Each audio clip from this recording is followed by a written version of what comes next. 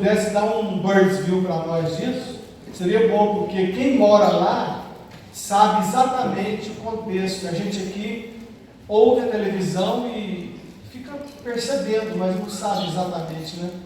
Além da palavra de Deus, você vai trazer para nós uma contextualização cultural do que está acontecendo. Dá apresenta, Júnior, para nós, por favor. Vem, Júnior, por favor. Nós estamos tendo agora um evento que começou, na verdade, no dia 2, aqui, um evento para artistas, a Diana até já divulgou isso aqui, né? A maioria dos artistas que estão lá não são cristãos. O evento que começou no dia 2, no feriado, vai terminar hoje, no final da tarde, por isso você está vendo poucos jocumeiros aqui, tem muitos da Jocum envolvidos nisso, né? É um ponto de circo. Tem sido maravilhoso poder estar no meio dessas pessoas, são pessoas bem diferentes, né? Acho que até para mim, que estou acostumado, eu vejo uma diferença, assim, porque são pessoas bem características da arte e tudo, né? Que você vê todo no corpo, essa marca, esse símbolo todo, e é algo que tem sido para nós bem interessante. Os testemunhos que nós estamos ouvindo de algumas pessoas que não são crentes, são ateus, enfim, ou são budistas, que estão aqui nesse evento, né? Chegam aqui, e o nosso evangelismo é pela simpatia, é por tratar bem, é por abrir as portas da nossa casa, é por inseri-los na nossa vida, no refeitório, na comida. Mas nós temos ouvido algumas coisas bem interessantes, de coisas assim que, como uma moça falou ontem, ela tem toda uma orientação budista, todo o processo dela como artista, e ela dizendo, mas nesse lugar tem alguma coisa diferente que eu não sei dimensionar. Assim, tem uma paz, né? Então são falas recorrentes, nós temos ouvido dessas pessoas que estão ali agora, tendo um treinamento de circo e ao mesmo tempo sendo ministradas por nossas vidas, pelo nosso servir, né? Paralelo a isso, nós também estamos tendo uma escola de aconselhamento, eu já disse aqui para vocês, e o Júnior veio para dar aula nessa escola. Na verdade, ele está no Brasil, ele vem uma vez por ano no Brasil para agendas, para contatos, enfim, para compromissos. E sempre que ele vem, a gente tenta casar essa vinda ao Uberlândia, e dessa vez não foi diferente. Ele veio nos ensinar sobre aconselhamento transcultural, né? Como é que se desenvolve o processo de aconselhamento com uma pessoa de outra cultura. Isso é extremamente interessante para missionários que atuam nessa área, né? Então ele esteve conosco dando aula na sexta e no sábado, e aí casou essa boa oportunidade de tê-lo aqui, né? O Júnior, para mim, eu já disse aqui outras vezes, é uma pessoa muito simbólica, né? Eu estava contando para os alunos, estava me lembrando disso. Tem uma história que talvez acho que quase ninguém sabe disso. Quando eu fui fazer a minha TED, eu tinha 18 anos, né? E eu fui para um lugar que tinha muitas pessoas, e muitas pessoas boas demais. E eu era menino, não sabia de nada. Nessa época, o Alan ainda estava chegando em Uberlândia, eu nem conhecia o Alan, né? Porque quando eu fui para Jocum, foi bem o primeiro mês que o Alan estava vindo, né? Para seguir a igreja presbiteriana e tal. E foi um ano muito difícil depois da minha TED, porque eu era muito menino e queria aprender, só que era tanta gente boa, espontânea, que ninguém me deu nem 50 centavos de crédito para fazer alguma coisa, né? Então eu fiquei meio de lado lá na base. E foi a vez, se eu pegar na minha memória, mais forte, que eu falei assim, eu vou desistir desse negócio de ministério. Eu vou ouvir meu pai que falou que eu tinha que estudar, e vou fazer outra coisa, vou mexer com outras coisas que não sejam. Foi muito no início, poderia ter abortado tudo na minha vida, né? E foi nesse processo que eu encontrei o Júnior, né? O que Deus nos colocou junto, né? Foi quando nós fomos juntos para Bolívia, ia ter um prático para lá, e aí, enfim, resumindo bem a história, casou-se a possibilidade de eu estar com ele. O Júnior tem como um símbolo na minha vida de alguém que chegou numa hora muito crítica, né? Muito boa, e acreditou. Foi a primeira pessoa que me colocou para pregar, Manuel. A gente chegou na Bolívia, a equipe era grande, a equipe era muito boa, tinha pessoas que já pregavam, pessoas que já tinham estudado teologia. Eu lembro que tinha até uma psicóloga na equipe, eu, menino de 18 anos, né? E a gente chega, a gente falou assim, hoje você vai pregar. Na segunda semana. Falei, mas como, Júnior? Você lidera comigo. Eu não esqueço disso. E aí eu brinco, quem me ensinou a pregar, a falar em público, foi ele, né? Nesse processo. É sempre uma alegria muito grande. Hoje tenho ele como um grande amigo, a família dele. Tivemos a oportunidade de estar na Espanha com a equipe. Você ouviu os testemunhos no domingo passado, passamos por lá, fomos muito bem recebidos, né? Vimos frutos maravilhosos, principalmente frutos daqui que estão lá, que é Tiagão, Marielle, ou Tiagão e Pipoca, e Bia, né, e Beatriz.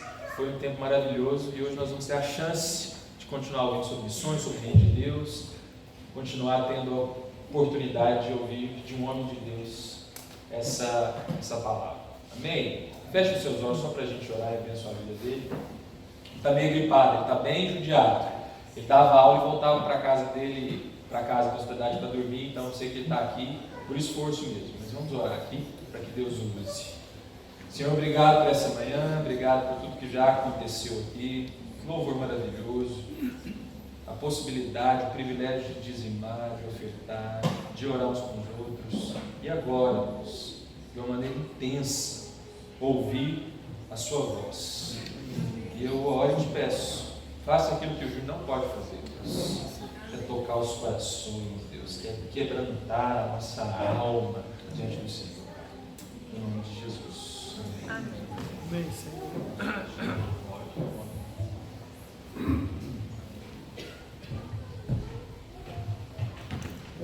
Bom dia.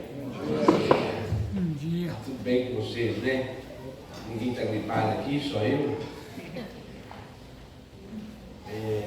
Eu estou judiado mesmo. Eu meio droga assim, sabe? Eu até estava falando, Deus me dá graça, porque eu sou muito ativo, né, na hora de pregar. E parece que eu estou pensando e o que está na minha cabeça para chegar na boca leva um tempo, sabe? Mas eu estou feliz de estar aqui de novo. Como eu disse da outra vez que eu vim, que já fazia muitos anos que eu não vinha, é um prazer estar aqui. Eu me sinto em casa, em família. Não é política isso que eu estou fazendo. Né?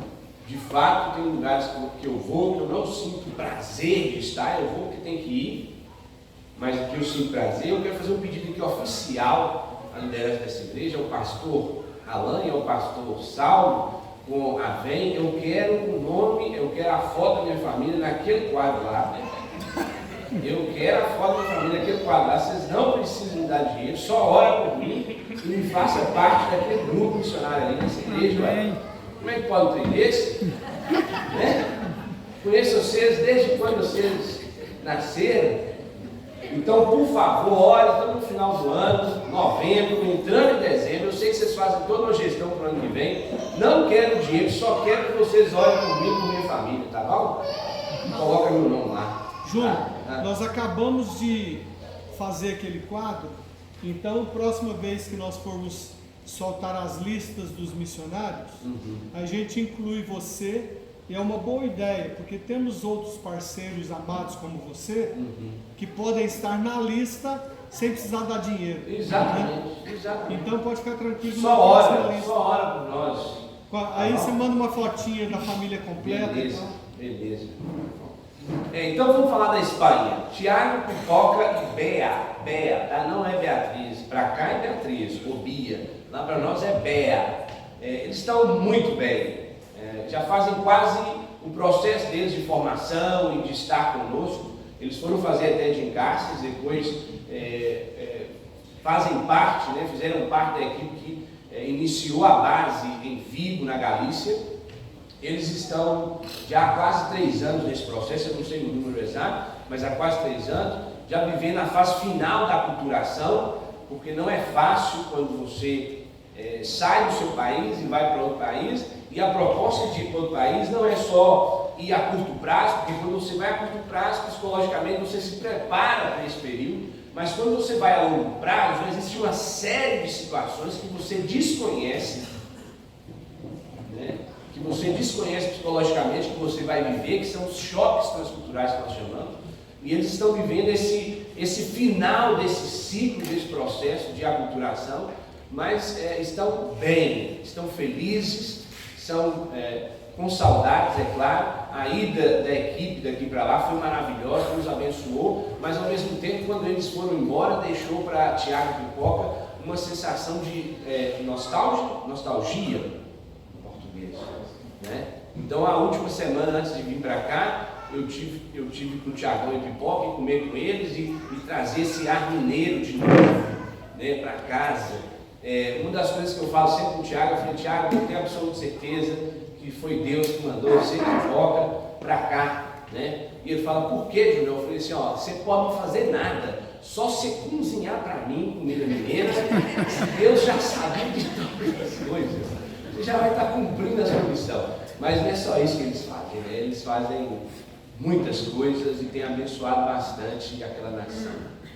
Concernente ao que está acontecendo na Espanha, no que diz respeito à Catalunha, isso é uma história medieval, não começou hoje, né? A Espanha era reinos, a Espanha, antes de ser Espanha, eram reinos divididos. Existia o reino de Aragão, o reino de Castilha, o reino de Leão, existia o reino da Galícia e o reino de Portugal, que era parte da Península Ibérica.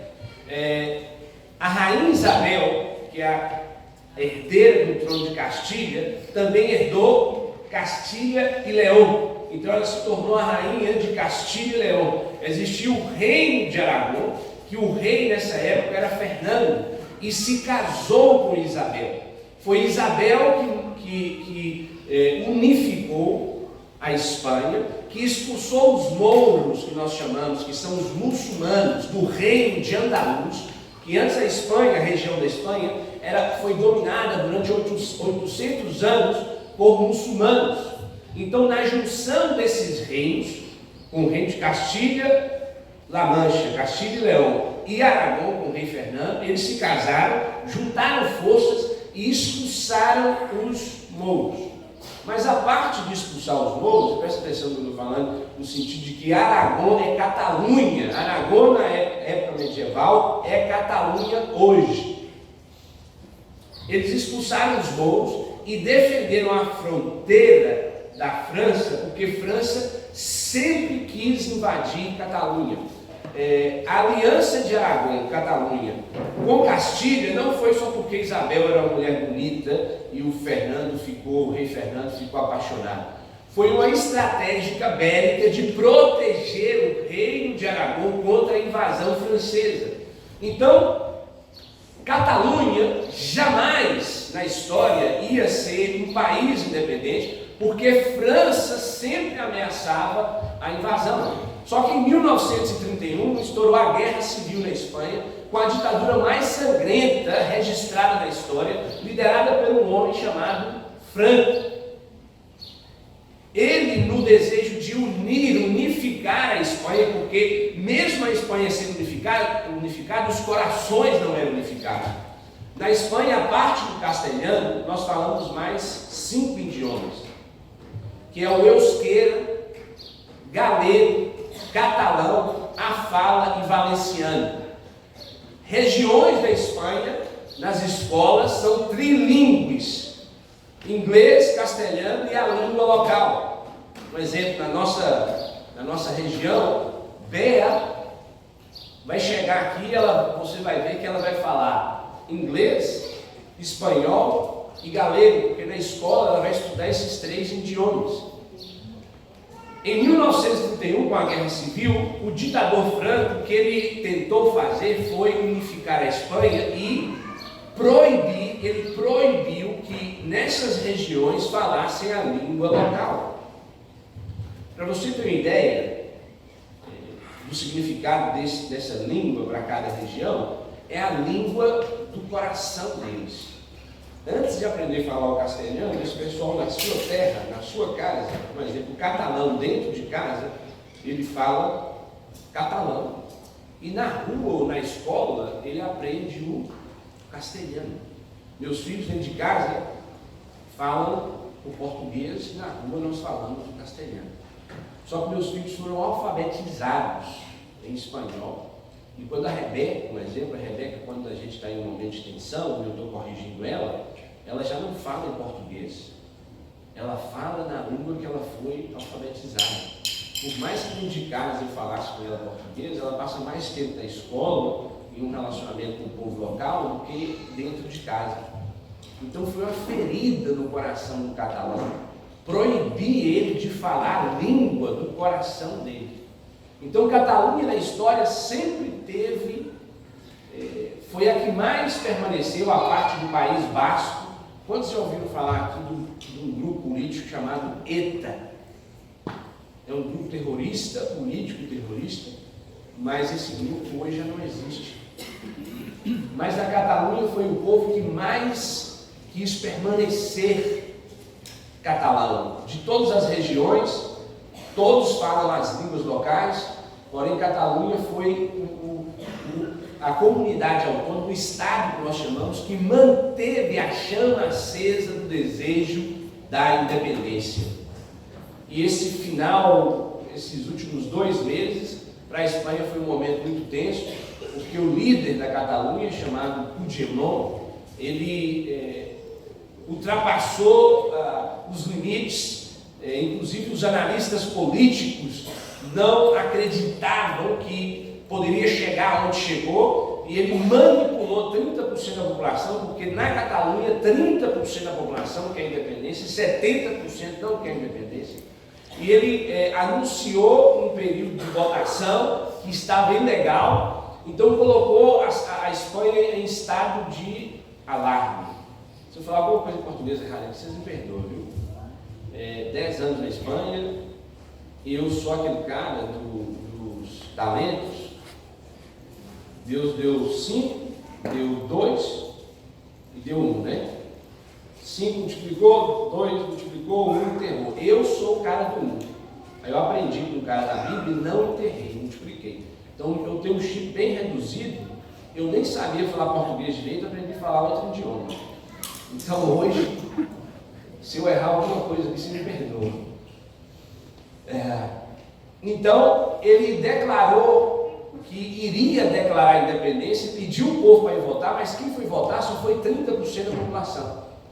A Espanha estava aos pés de uma guerra civil, o exército estava preparado, a polícia local na Espanha, nós somos divididos por comunidades autônomas.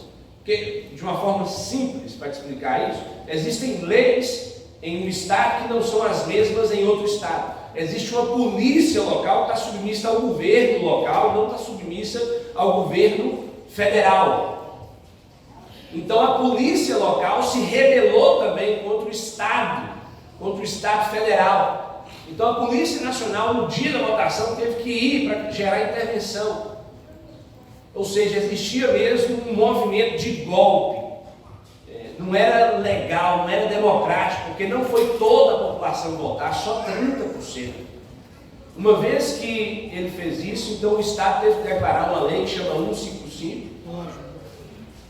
Exatamente. O Estado teve que declarar uma lei que chama 155, que é tirar o governo e os deputados, depor esses e ter uma nova eleição para levantar o novo governo.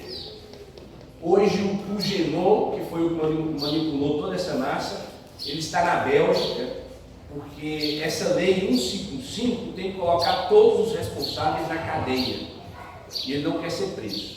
Ô Júnior, é interessante que aqui na televisão, quando a gente viu a notícia, parecia que toda a Catalunha estava nas ruas, mas na verdade era uma multidão de no máximo 30% que aprovava isso. Depois que aconteceu isso, então houve uma manifestação a nível nacional, nas redes sociais, incentivando, ou seja, espanhóis de outros estados, de outras comunidades autônomas, incentivando os espanhóis catalãs que não estão a favor da independência de ir para a rua. Então, depois de 3 ou 4 dias, houve uma manifestação que o número foi 3 vezes maior que a manifestação dos independentes. Não falaram. Foi 3 vezes maior. Então, olha para a Espanha, é um país, um povo com caráter, um povo com história, mas um povo ferido pela divisão, um povo ferido pela instituição, pela imposição, mas é um povo que Deus ama. Tá bom? Então ore pela Espanha, ore por Tiago, ore por Pipoca, ore por Bea, ore por nós. Tá? Abra sua Bíblia comigo no livro de Êxodo. Ontem eu estava orando, deitado na cama, a mente funcionava e o corpo não quer funcionar. E eu orava ao Senhor e perguntava: Senhor, o que o Senhor quer para amanhã? Qual a reflexão que o Senhor tem para nós amanhã? Amanhã é dia de ceia. Pode ser um dia comum para nós, mas também pode ser um dia extremamente simbólico.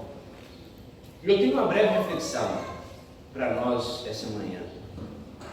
Êxodo 3, versículo 1. Eu vou ler a partir do versículo 1 até o versículo 5. Moisés cuidava das ovelhas e das cabras de Jetro, o seu sogro, o sacerdote de Midian. Um dia Moisés levou o rebanho para o outro lado do deserto e foi até o Monte Sinai, o monte sagrado. Ali o anjo do Senhor apareceu a ele em uma chama de fogo no meio da sarça. A minha tradução fala no meio do espinheiro, mas é no meio da sarça também. Moisés viu que a sarça estava em fogo, porém não se queimava. Então pensou: que coisa esquisita. Como que está na sua tradução? Por que a sarça não se queima? Impressionante. Por que será que o espinheiro, que a sarça, ela não se queima? Vou ver mais de perto para ver o que está acontecendo. Quando o Senhor Deus viu que Moisés estava chegando mais perto para ver melhor, ele o chamou do meio do espinheiro e disse: Moisés, Moisés, estou aqui. Respondeu Moisés. E Deus disse: pare aí. Antes de vir, existem traduções que dizem: pare, você está em um lugar santo. A minha tradução diz: pare aí, pois o lugar onde você está é sagrado.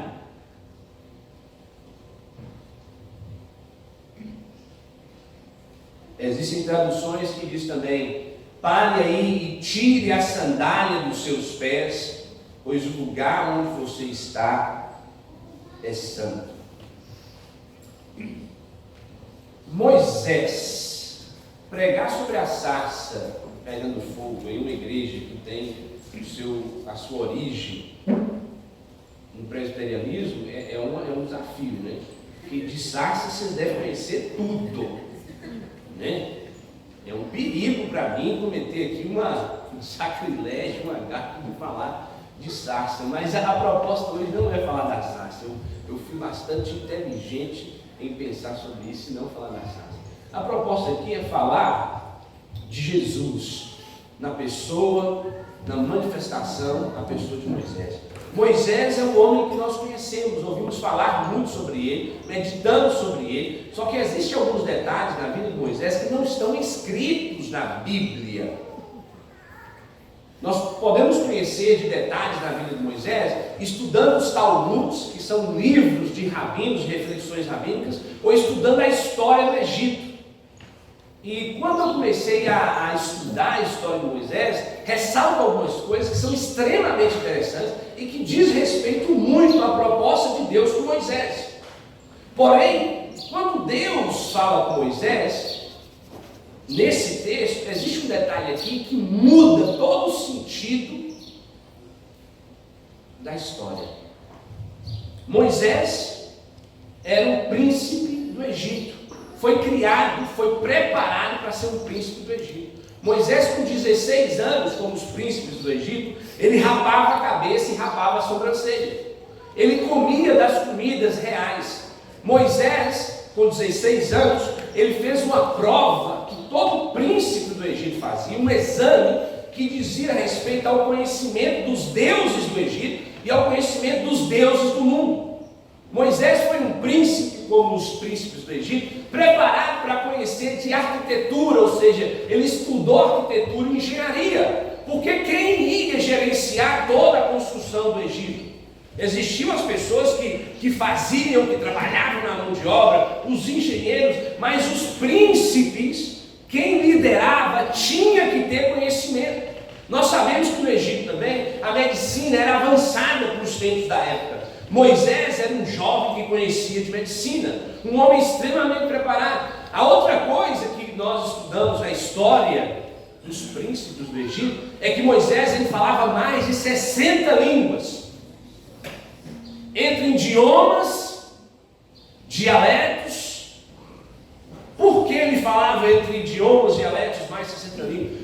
O Egito comercializava com o mundo. E como comercializava com o mundo? Os príncipes, aqueles que lideravam, tinham que saber. Moisés era um jovem de 16 anos, extremamente preparado. Um homem que estava sendo direcionado para ser reconhecido no Egito como semideus.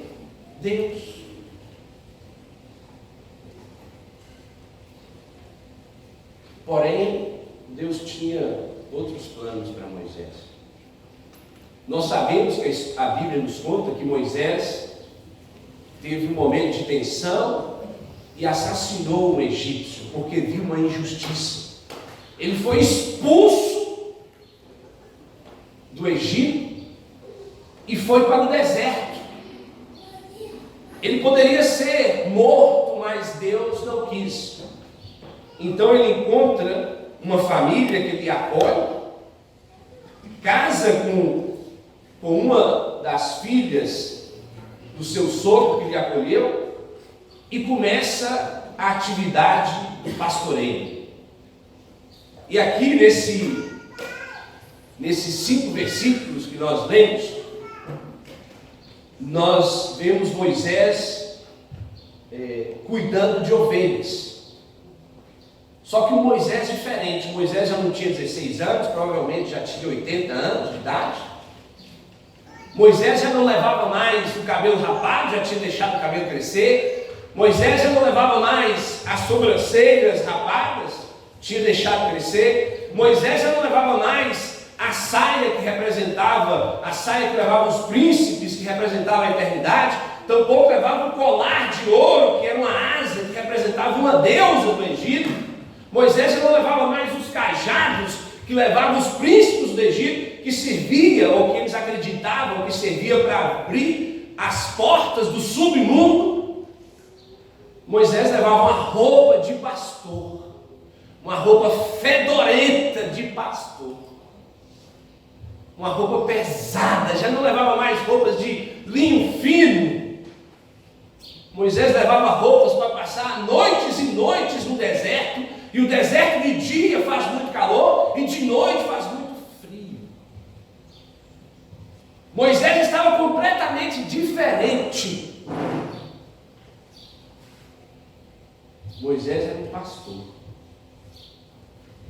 Eu uso bastante perfume. Porque o que a gente faz, de fato, fede. A obra que a gente faz é boa, só que fede. Nós trabalhamos, os pastores, e eu me coloco na condição de pastor e na condição de ovelha. Paulo disse a Timóteo que a obra que ele faz é excelente, porém ela fede, porque nós lidamos com, a Bíblia está dividida em criação, queda e redenção. Nós lidamos hoje com o estado da queda na esperança da redenção. A redenção já foi consumada na cruz do Calvário, mas o trasladar a nova vida ainda não. Então nós manifestamos todos os dias as facetas da queda. Isso dói, isso fede. Moisés já não era mais o príncipe do Egito. Moisés era um pastor cuidando de ovelhas. Então Moisés leva as ovelhas do seu sogro para o Monte Sinai, aonde supostamente existia pasto. Na Espanha, aqui no Brasil eu tive poucas oportunidades de ver, mas na Espanha tem pouca vaca. Então o queijo lá é de cabra e de ovelha. E eu tenho a oportunidade de ver, quando eu saio em viagens, de ver muitos pastores cuidando de ovelhas. Eu casei com uma gaúcha no Rio Grande do Sul, a gente acaba vendo, mas não é tanto como na Espanha.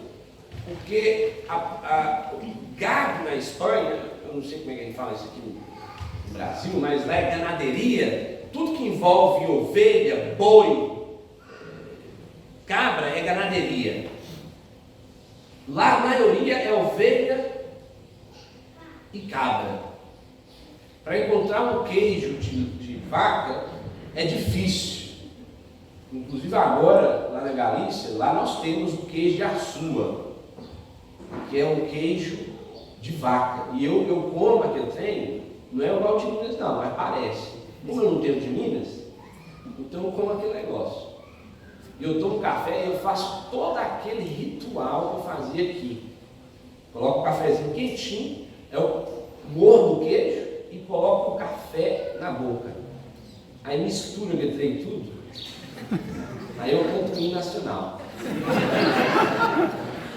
O hino nacional assim, ó, Minas Gerais. Quem te conhece, não esquece. E eu observava esse pastor.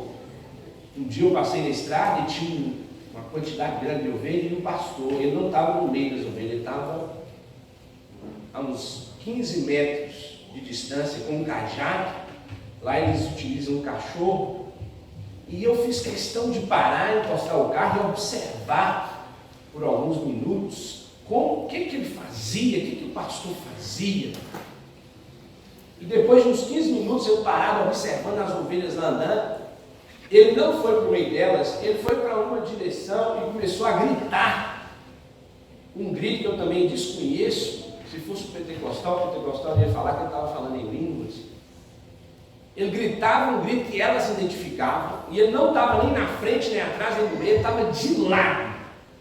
E ele gritava, e as ovelhas obedeciam, se moviam em direção a ele. E eu observava a roupa daquele homem, no contexto espanhol, ele estava com a roupa suja, uma roupa de um homem trabalhador do campo, um trabalho duro. E eu imaginei Moisés. E esse texto tem um detalhe impressionante, e eu queria que você refletisse nele comigo. Agora eu vou fazer teatro, tá? Como eu costumo fazer, para ver se a mensagem... Moisés pastoreando as ovelhas. As ovelhas estão lá, Moisés está aqui. Eu imagino que ele abre a sua mochilinha com a comida do dia, porque ele levava a comidinha, queijo, pão, vinho para tomar, para comer, para aquecer o corpo na noite. E as ovelhas estão comendo no Monte Sinai, tem muita sarça, muita comida boa. Quantos aqui já viram uma sarça?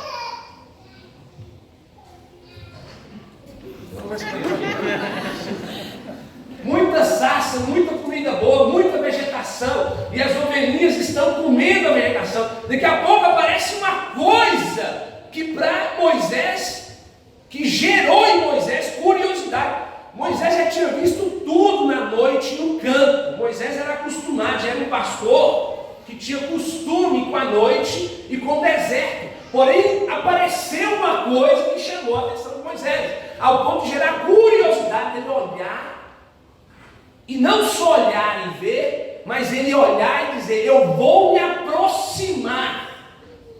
Então aquele fogo na árvore, só que a árvore não se consumia. O jeitão tem de doido isso, né?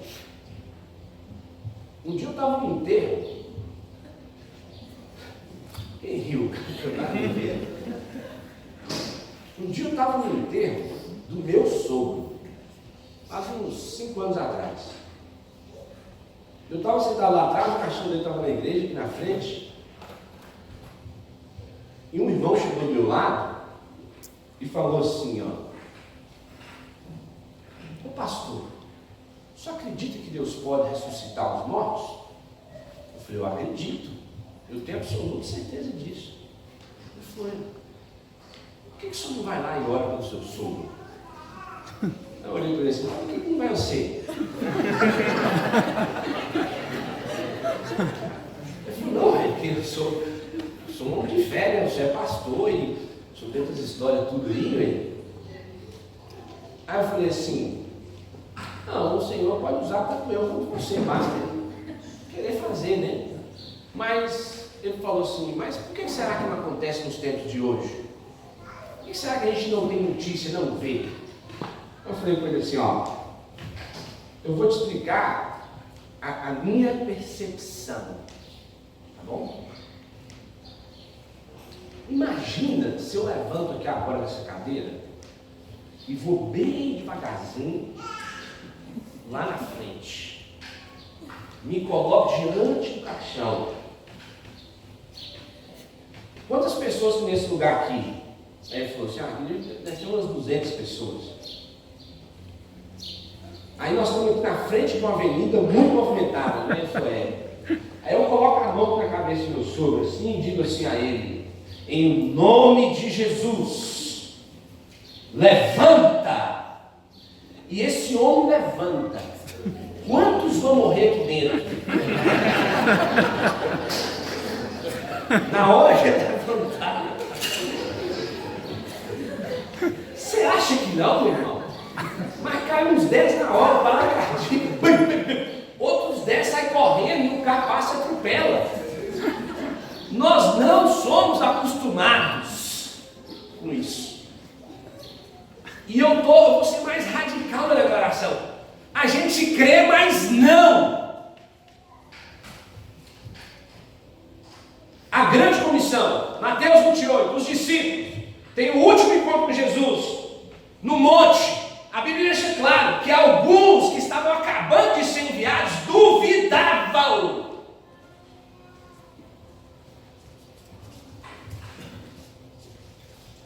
Então Moisés vê aquela sarça e ele tem curiosidade.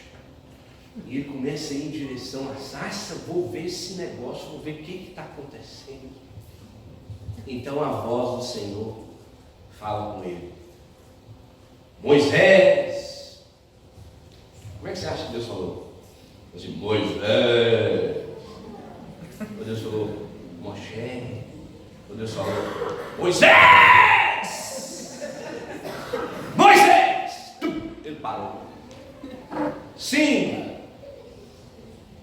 Para, Moisés! Para! Não se aproxime mais.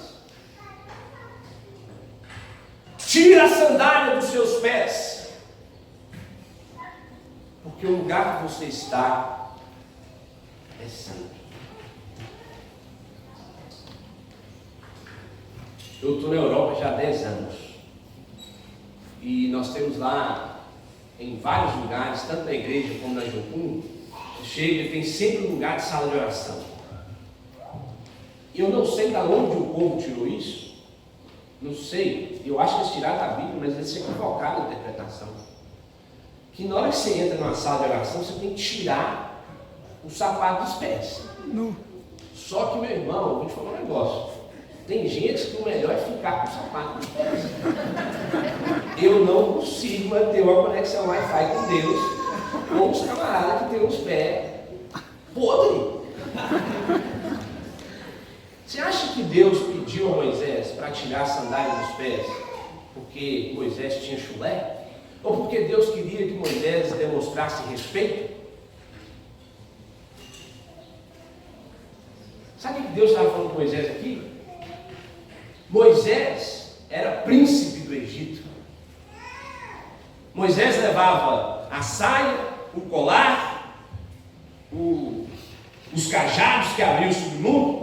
E só os príncipes do Egito, naquela época, usavam sandálias de couro feitas de couro de crocodilo do Nilo. E nessa sandália tinha em cima dela uma cobra que simbolizava o Deus, a deusa Ra, a maior deusa, uma das maiores deusas do Egito. Moisés durante anos viveu no deserto. Moisés durante anos pastoreou ovelhas, se casou com a mulher, mas ele levava com ele algo que remontava a mente dele ao passado.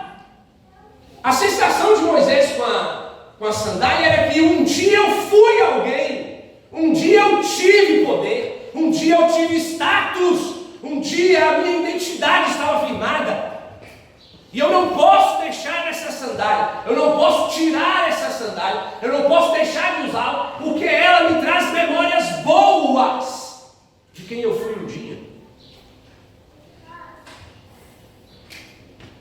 As sandálias que Deus estava pedindo Moisés para tirar, não era só a sandália, era o que estava aqui e aqui. A proposta de Deus é: Moisés, eu estou te chamando para um novo ciclo. Então tudo do passado não pode vir para o novo. Eu não coloco vinho novo em odres velhos.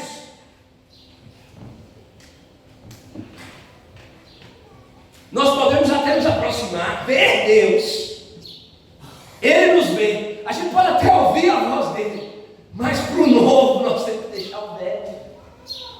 Tudo que nos gera afirmação, identidade, uma ideia de destino, não serve para uma nova vida com Deus.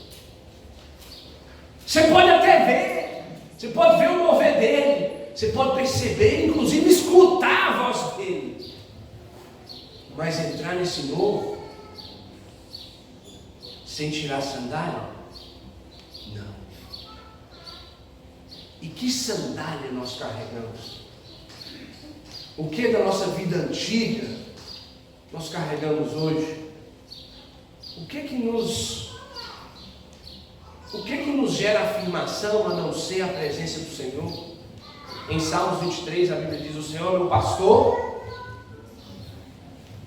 A Bíblia diz que o Senhor é meu pastor e nada. Na tradução no original no hebraico é: o Senhor é meu pastor e Ele não me falta.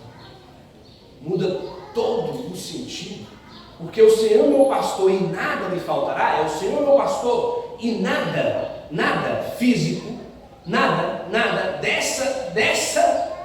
dessa ótica, nada me faltará. O Senhor é o meu pastor e Ele não me faltará. Moisés recebeu uma proposta de Deus: eu quero que você seja, Moisés, meu príncipe, mas existem outras características que eu quero imprimir em você. O novo que eu tenho para você, o velho tem que sair. Tudo que te afirmava no passado, que te trazia uma perspectiva de pessoa, de valor, de gente, você tem que deixar. E a proposta da sandália é: tira, não esconde ela na gaveta e guarda e usa de vez em quando. A proposta da sandália é: tira a sandália dos seus pés, porque o lugar que você está, a minha presença, é tudo novo, é santo. Nessa manhã, o Senhor possa ministrar seu coração. Ele quer que você, mais do que só escutar a voz dele e ver ele tem algo extremamente novo que você ainda não provou, que você ainda não viveu, que você ainda não desfrutou. Mas enquanto você estiver com a sandália nos pés, você vai ouvir, você vai ver até o fogo, a sua manifestação, mas você não vai viver esse novo dele. Deus te abençoe.